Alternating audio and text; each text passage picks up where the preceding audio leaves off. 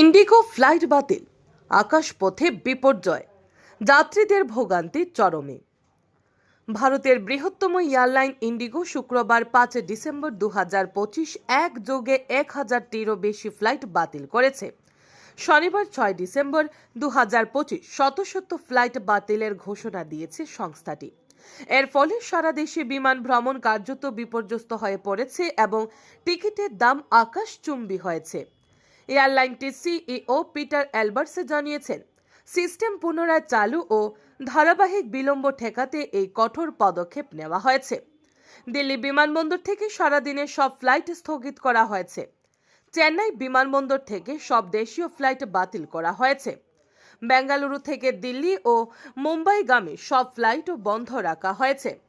শিলচর ও গুয়াহাটি বিমানবন্দর থেকেও ফ্লাইট বাতিলের প্রভাব পড়েছে। বেসামরিক বিমান পরিবহন মন্ত্রণালয় ইতিমধ্যে 4 সদস্যের একটি কমিটি গঠন করেছে, যা ইন্ডিগোর ফ্লাইটে বিঘ্নের কারণ অনুসন্ধান করবে। সরকার পরিস্থিতি বিবেচনা করে ইন্ডিগোকে 10 ফেব্রুয়ারি পর্যন্ত নতুন নিয়ম মানার বাধ্যবাধকতা থেকে অব্যাহতি দিয়েছে।